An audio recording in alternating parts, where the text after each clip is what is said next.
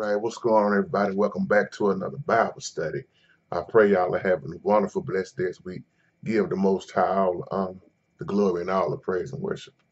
My title now says, Having Peace in Death. Having peace in death. We always talk about having peace on earth, but we see what time it is and what we're living in. And have you ever thought about peace in death? Now, I know for some this video won't make sense, and I know it's even seem like it's a weird title. But for those who understand death the way that the Most High showed us, this video is for you. Because every time there's a funeral, especially in our race, in these funerals, so many of us want to get up and act the fool, want to, try to jump in the casket. Some want to get up with the too many remarks and start saying all kind of things. But when you have yourself right, your heart right with the Most High, there is peace in death. Yes, you can have peace while you're living right now, peace of mind. A lot of people don't even have that. But peace in death is what I want you to focus on with me in this video right here. Now, the Most High's faithful people, we suffer. I know suffering is not a popular teaching nowadays because all this prosperity teaching about sowing a seed and gaining all this material stuff. When you start talking about persecution, when you start talking about being murdered, when you start talking about suffering, you lose people. When you tell the truth, don't expect your church building to be full. But if you start teaching lies, you can have a whole lot of people follow you behind lies. But if your soul is not prospering and you gaining all this other material stuff, as the Bible say, let me just say it like the words say, what good is it for, what does it profit a man to gain the world and lose his soul? So once again, if we would learn to view death like the Most High showed us, if we truly understood suffering as a blessing, if we understood truly pleading the blood, then you shouldn't be worried about anything.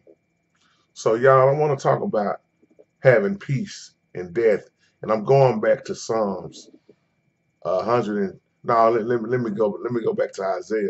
Sorry about that. I'm going to be dealing with two verses, Isaiah 57, verses 1 and 2. But I wanted to call out Psalms 116, verse 15, because it says, precious in the sight of the Lord is the death of his saints. Precious in the sight of the Lord is the death of his saints. Why would the Most High tell us that? Because if we understood death, once again, the way he showed us. Now, these scriptures here confuse a lot of people.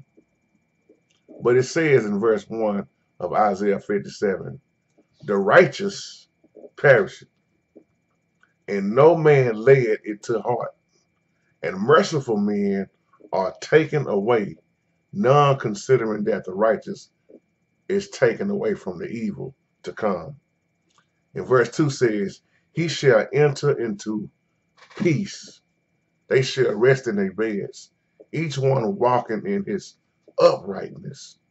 Now, I don't know if you studied this before, but when you go back to Judah, when you go back to their leaders, when you go back to what the wicked had going on, and then you look at this, what the prophet says right here. In other words, the Most High's faithful people are suffering right here. They pretty much are being murdered, killed. And the Bible says just like nobody even cares. Evil is sweeping them away. But in death, teach Holy Spirit, they found peace for obeying the Most High. This is the persecution of the righteous. The Bible tells you that Satan makes war with the saints. Now, we know how many times in the Bible they messed up behind idolatry, backslide, you name it. They was messing up. Just like nowadays, how many times do we mess up? See, we can even call it spiritual adultery of the Most High's people. But the righteous, they found peace in death. See, when you look in the previous chapters in Isaiah, you look at Judah's leaders once again, the Most High speaks to the persecution of the righteous. The righteous ones was pretty much ignored and they was persecuted by the wicked leaders of Judah. See, it reminds me of King David. Don't it always seem like the wicked is prospering? Seem like they're getting away. Y'all remember when David got mad because he got angry with God because it seemed like he was just letting the wicked get away with everything. You feel like that at times. I feel like that at times. But when I think about what's promised to the wicked, I was just telling the brother the other day, man, sometimes we always want to talk about, the wicked need to just be dead. But when you really look at it in reality, by them being left around living, they're in so much bad shape that it's just hard for them. They done messed up so much that living is getting the best of them. See, the Most High know how to handle our enemies way better than we can even think about, y'all. When you look at this, it's a blessing for the Most High to get you away from evil and allow you to enter into peace. That's a blessing. See, when you are right with the Most High, what a blessing once again. This word is showing us here that it is showing us how the righteous was murdered and persecuted. And it seemed like once again that nobody cared. No man took it to heart. Nobody understood. This verse describes a spiritual condition of the righteous man. And then when you look at our Savior, look at what they've done to him. Look at the followers. Look at Stephen or Stephen, how you want to pronounce it. Look at what the disciples went through. Look at how they was killed. Look at what happened to Paul. Look at it. Look at how they was beaten, thrown into prison.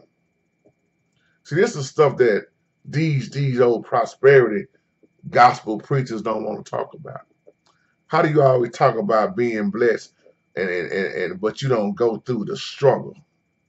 How you gonna talk about testifying and you a testimony, you don't even have a test? See, there's no way you can teach the Most High's word without teaching struggle, without teaching persecution. That's why nobody want to deal with them real scriptures. They want to bypass all the hard persecution and just put you into heaven. That's backwards. Death is a blessing. See, there is no peace for the wicked. And what I love about it is the Most High never gave up on his people. These leaders in Judah these leaders are so messed up and corrupt that the righteous had to die. Come on, Holy Spirit. They had to die just to find peace.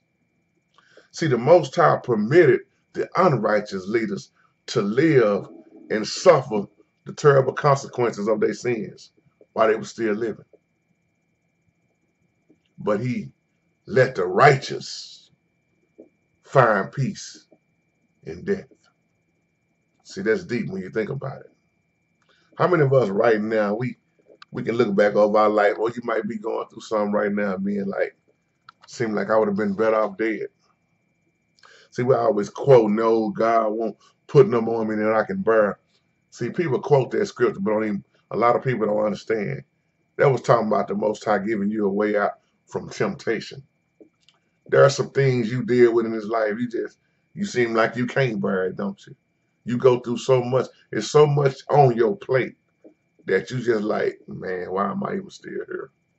I know I've been there. I used to quote that scripture like that to the Most High truly showed me what that scripture meant. Because when you start going through sickness, your body being broken down, family members, church folks, dealing with crooked police officers, being homeless, being without food, when you start adding all the stuff up that you go through, and you sit there talking about, he won't put no more on me than I can bear. And then next thing you know, somebody done took their life away. Suicide. So I'm speaking about what's real, y'all. We have to truly grasp what the Most High is showing us, in these scriptures, y'all. But not to stay on that. The Most High just laid that in my spirit while I'm talking. But the righteous had to die in this situation just to find peace. See what I'm saying? The godly found rest and peace. The ungodly, they went right on into captivity. And then a lot of them was killed. But what I love about this is that a lot of the righteous people died before that hard judgment fell in. The Most High is awesome, y'all. So the wicked still got what they deserve. See, I'll close with this. There are many of us, and I'm talking about true believers now. I'm not talking about scary people. I'm talking about the ones who are hard down with their boots laced up. Because the Most High don't need cowards on his team. But the Most High have people who will still remain here for his purpose. Especially when you're talking about reaching out to the lost ones. But you got to keep this in mind. The Most High also is removing powerful believers through death because of the wicked and how bad the wicked is. I don't know if y'all looking at what's going on in the world, but the wicked is so out of control. That's why people don't understand when you hear, I have to say this because I'm thinking about my man, Pastor Stephen Darby. Powerful dude, man. Miss him so much. But his spirit, it lives on. But when you look at a pastor like Stephen Darby, all of a sudden he was going here, going there, reaching, teaching. And then next thing you know, you see all these comments, you see a video that Pastor Stephen Darby has died. Teach Holy Spirit. When you see brothers like this man here, all of a sudden he's no longer here, it should wake you up. And it shouldn't make you sad. It should make you say things like, faithful servant, job well done. Because he laid it out there. He talked about things that most pastors I know wouldn't dare touch on. But keep this in mind. The wicked is getting so far out of control, y'all. That's why people like Stephen Darby, it didn't make sense when he passed, so you did it. To those of you who know who I'm talking about. See, I'm going to say it like this. Do the Most High's people really die? Or do we just leave when the Most High takes us? Yeah, the flesh go back to the ground. We know that. But when you catch these scriptures, do you see death in a good way? And notice I didn't preach about no rapture. Somebody catch that later on. Because it don't take no rapture for the Most High to get us out of here. See what I'm saying? Go back to Hebrews 11:5. The Bible say by faith, Enoch was translated. I didn't say raptured. The Bible say he was translated that he should not see death. And you know what else? The Bible say he was not found. Because what? The Most High had translated him. But before his translation, he had a big old testimony, didn't he? What was his testimony? How he pleased the Most High. How many of us gonna have that same testimony? That we please the Most High. Elijah was translated. See, the Most High is so powerful. See, we sit up here sometimes and think that we know it all, and man, I don't know it all. But I know the Most High is removing a lot of good, righteous people out of the way through death. But understand what I mean by death. Because a lot of us don't understand death the way the Most High showed us. Because what's the only thing left for you that do not die? I ain't talking about this. They're going to be many more of us that's going to get persecuted, killed. suffer. This is what nobody want to talk about. But just remember this. Who you doing it for? Why you doing it? And what's promised to you at the end? Those that endure to the end shall be saved. Y'all have a wonderful, wonderful, blessed day.